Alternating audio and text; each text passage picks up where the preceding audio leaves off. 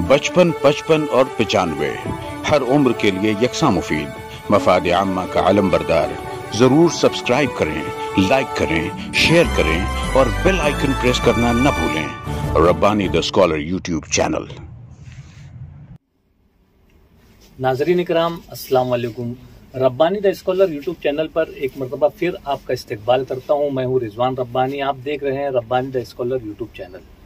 नाज़रीन इकराम, जहाँ से मेरी शुरुआत Rabbani the scholar YouTube channel की हुई है, अल्हम्दुलिल्लाह हमारा अपना मिशन है तालीमी बेदारी और तालीमी रहनुमाई। बहुत ही खुशी और मुसर्रत का मकाम है कि आज हमारे साथ यहाँ पर मौजूद हैं मोहतरम डॉक्टर इमरान अमीन साहब। डॉक्टर इमरान अमीन साहब ये वो शख्सियत हैं कि मालेगांव शहर में आपने न सिर्फ एजुकेशन मुकम्मल किया, बल्कि एजुकेशन मुकम्मल करने के बाद उर्सुल बलाद मुंबई में आप दर्स व तदरीस के फ़राइज़ से वाबस्ता हुए और अल्हम्दुलिल्लाह दर्स व तदरीस के फ़राइज़ से वाबस्तगी के बाद आप हमा वक्त तालीम व ताल्लुम से जुड़े हुए हैं। तालीम व ताल्लुम, दर्स व तदरीस से वाबस्ता रहते हुए न सिर्फ आप तलबा व तालिबात की रहनुमाई में कमा कहू अपनी खिदमात, अहसन खिदमात पेश कर रहे हैं, बल्कि आपने ऐसे ऐसे कारहाय नुमाया अंजाम दिए हैं और आपने रुकने का और ठहर जाने का तो कुछ सोचा ही नहीं है।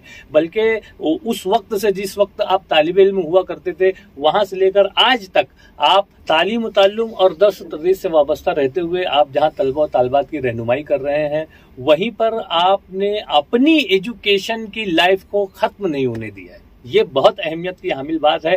सर, मैं Rabbani the scholar YouTube channel की जानिब से आपको मुबारकबाद पेश करता हूँ। हाल ही में आपको डॉक्टरेट की डिग्री तफवीज़ की जाती है मुंबई यूनिवर्सिटी से, इस मानों में भी आपको मुबारकबाद। और आपकी जो तालीमी खिदमात है अल्हम्दुलिल्लाह, उस ताल्लुक से तो बेशुमार आप एजाज़ात से नवाजा जा रहा है, आपकी पजीराई की जा रही है, आपकी हौसला अफजाई की जा रही है। लेकिन जहां तक Rabbani the scholar YouTube channel का अपना एक मिशन रहा है, अपना एक मामला रहा है कि वो ऐसी शख्सियात को हमारे अपने इन नाजरीन के रूबरू करता है और इन जो तलबा और तालिबात हमारे अपने इस चैनल से जुड़े हुए हैं, उन्हें ऐसी शख्सियात से मुतारिफ करवाता है जो अपने आप में एक मोटिवेशन लिए हुए हैं, एक तहरीक लिए हुए हैं। और इनकी शख्सियत ही ऐसी है कि इनकी शख्सियत और इनके कारहाय नुमाया को देखते हुए हमारे तलबा और तालिबात जो है वो मोटिवेट होते हैं और अल्हम्दुलिल्लाह वो आगे की रहनुमाई और आगे की तालीम में हमसे जो है राब्ता करते हैं और एक तरह से अपने अज़ाइम की तकमील में वो जो है अपनी कोशिश में सरगर्दा है। आइए मैं आपके रूबरू करना चाहूँगा मोहतरम डॉक्टर इमरान अमीन साहब को।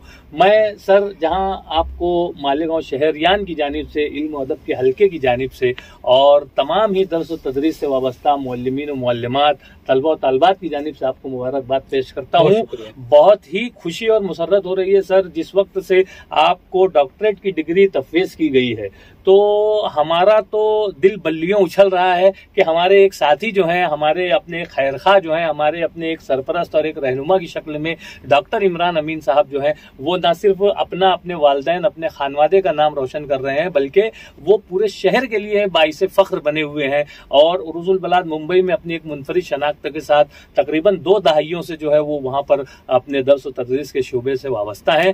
तो मैं चाहूँगा कि आप हमारे नाजरीन के रूबरू हो जाएं और उन्हें अपना जो तालीमी सिलसिला है, जहां आपने मालेगांव शहर में प्राइमरी एजुकेशन हासिल किया, जहां आपने इब्तदाई तालीम, सानवी तालीम और उसके बाद की जो सारी आला तालीम हासिल की है, तो ये जो एक तालीमी सफ़र आपने तय किया है, इसे हमारे नाज़रीन के रूबरू पेश करें।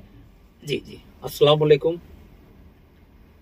जैसा कि रिजवान रब्बानी साहब ने आप लोगों के सामने मेरे बारे में जो कुछ भी कलमात कहे, अल्लाह का बहुत शुक्र है।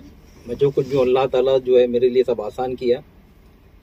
मेरा सफ़र शुरू हुआ था 1983 में, 1983 में मैं मालेगांव कारपोरेशन स्कूल नंबर 3 में एडमिशन लिया कारपोरेशन की, और 4 साल तक पढ़ने के बाद तहजीब हाई स्कूल में 5वीं से लेकर 10वीं तक मैं तालीम हासिल किया। तहजीब हाई स्कूल मेरे लिए बहुत अहम स्कूल साबित हुई। ख़ास तौर से जब मैं 8वीं क्लास में गया तो मैं पिकअप पकड़ा। उस वक्त तक मैं काफ़ी पीछे था। 8वीं से लेकर मैं कोशिश किया कि मुझको 10वीं में जाने तक का बहुत आगे आना है, टारगेट बना के रखा था।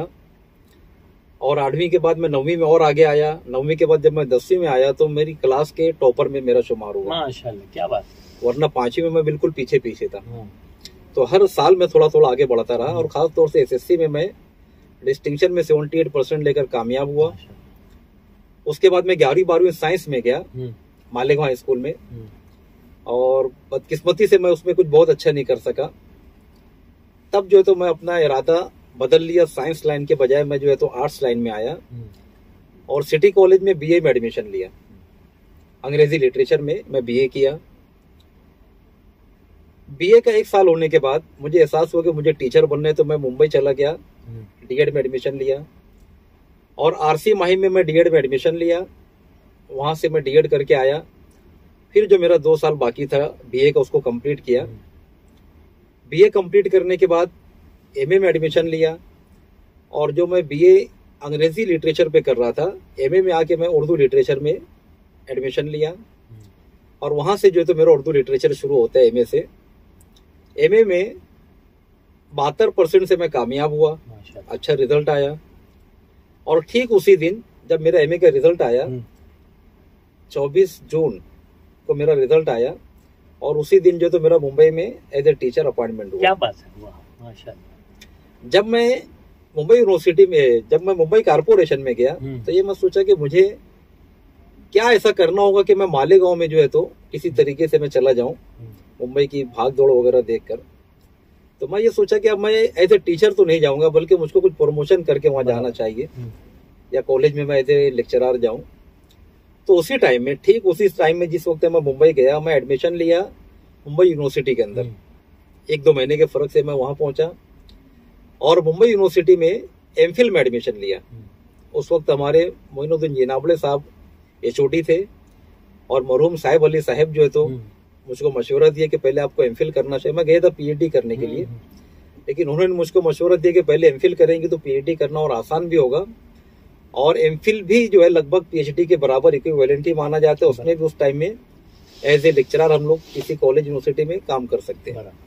तो मैं एमफिल किया श्री गोपाल कृष्ण मानक टाला की शख्सियत पर और उनकी अफसानवी मजमूए पर और उनके नावेलेट पर। ये मेरा एमफिल का टॉपिक था, मानक टाला के अफसानों का तनकीदी और तहकीकी जायजा। 4 साल में मेरा एमफिल कंप्लीट हुआ 2009 में। एमफिल के बाद उसी दौरान मैं नेट की कोशिश कर रहा था और मैं नेट के लिए जो है तो कोशिश कर रहा था, लेकिन बदकिस्मती से 2-3 मरतबा रिजल्ट मेरा ऐसा आया कि मैं 1-1 मार्च से रुका क्वालिफाई होने के लिए।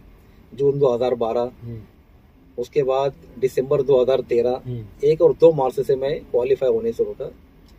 तो मैं बेइंतहा कोशिश कर रहा था, लेकिन बार बार जब ऐसा रिजल्ट आ रहा था, असल में नेट होता ये है कि 2% रिजल्ट क्वालिफाई के लिए होता है। यानी अगर आपको नेट क्वालिफाई करना है तो 100 लोगों में से 2 लोगों को क्वालिफाई किया जाता है।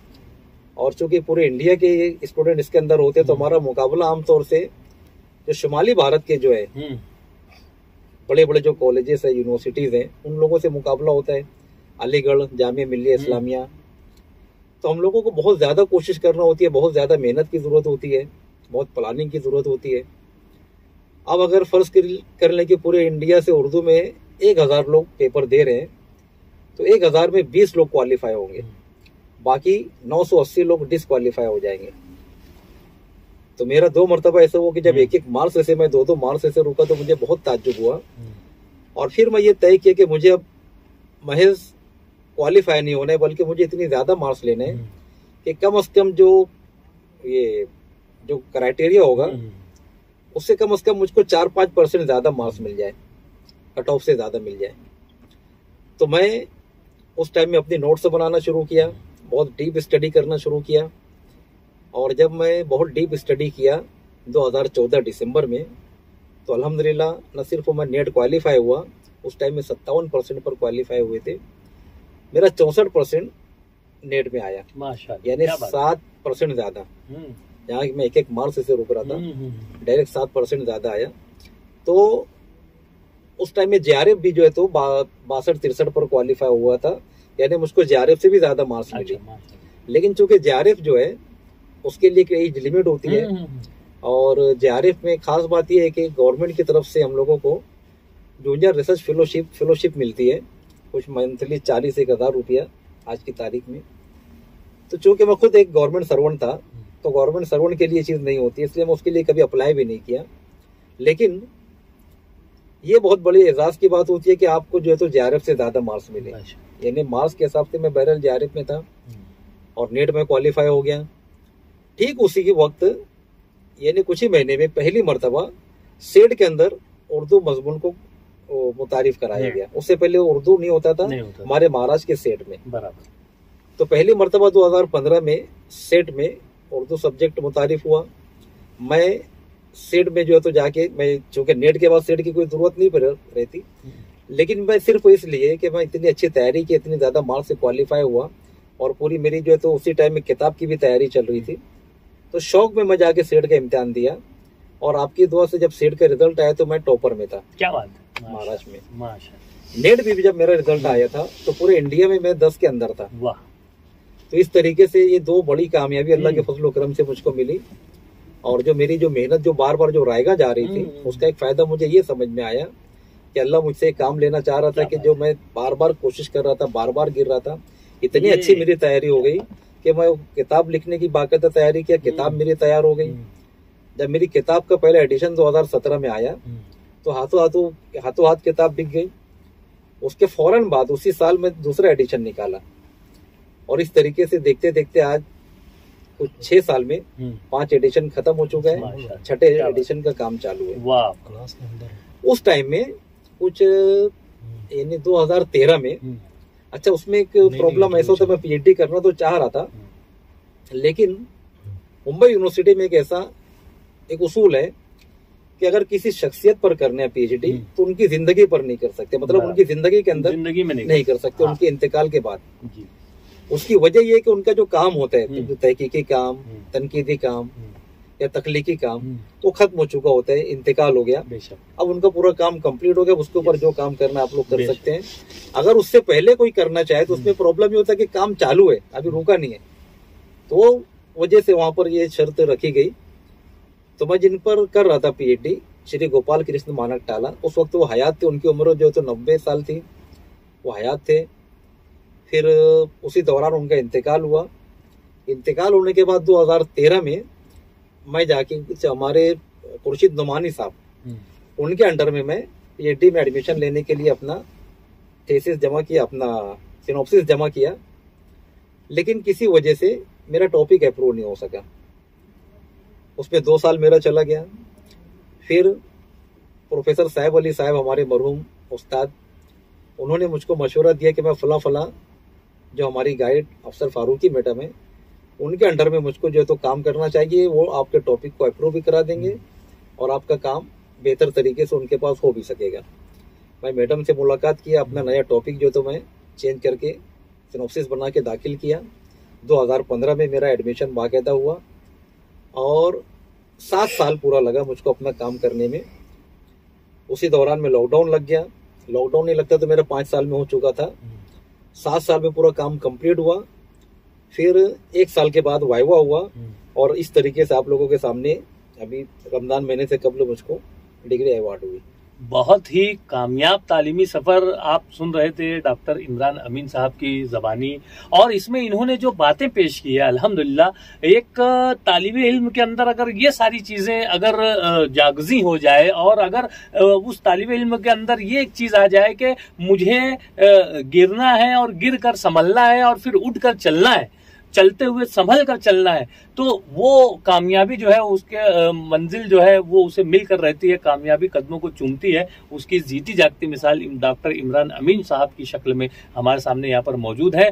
मैं बहुत मुबारकबाद पेश करता हूँ सर आपको। यकीनन आपने जिस तरह से एक तालिब इल्म जो है वो मायूसी का शिकार हो जाता है जब वो कोई नाकामी का मुंह देखता है, लेकिन अल्हम्दुलिल्लाह डॉक्टर इमरान अमीन साहब ने कई मरतबा नेट में नाकामी का जो एक सूरत हाल है उससे मुकाबला किया और आपने बगैर उससे मायूस हुए बगैर आपने उसमें डबल मेहनत की और मेहनत के रेशो को उन्होंने बढ़ाया और आज अल्हम्दुलिल्लाह जो है आप न सिर्फ सेट हैं, बाकायदा आपने एमफिल और PhD भी किया है और गालिबन गालबन मैं समझता हूँ कि मालेगांव शहर में और भी मतलब पूरे सिनेरियो में, इस एजुकेशन के सिनेरियो में जो है ऐसे बहुत कम लोग नजर आएंगे जिन्हें आप जानते होंगे कि जो अल्हम्दुलिल्लाह से यानी सेट भी हैं, नेट भी हैं, एमफिल भी हैं और पीएचडी भी है। ये एक इंफरादियत मैं समझता हूं कि डॉक्टर इमरान अमीन साहब के साथ जुड़ी हुई है। सर, यकीनन आपका तालीमी सफर वाकई में दिलचस्प है और आपने अपनी जिद्दोजहद और मेहनत शाक़ा जिसे हम कहेंगे, आपने उसे बरकरार रखा और आपने यहाँ तक इस सफर को कामयाब किया। 55, 55 और 95 हर उम्र के लिए यकसा मुफीद, मफाद आम्मा का आलम बरदार। जरूर सब्सक्राइब करें, लाइक करें, शेयर करें और बेल आइकन प्रेस करना न भूलें। Rabbani the scholar YouTube channel. Rabbani the scholar YouTube channel इल्मी, अदबी, दीनी, मिल्ली, समाजी, सकाफती, तहजीबी, फलाही, तिब्बी, फ़न्नी, माशी, तिजारती, माशरती, इंतज़ामी, इनकलाबी, तहरीकी, तहकीकी, तकनीकी, तफ्तीशी, तामीरी, तालीमी व मालूमाती यूट्यूब चैनल। ज़रूर सब्सक्राइब करें, लाइक करें, शेयर करें और बेल आइकन प्रेस करें। Rabbani the scholar YouTube channel.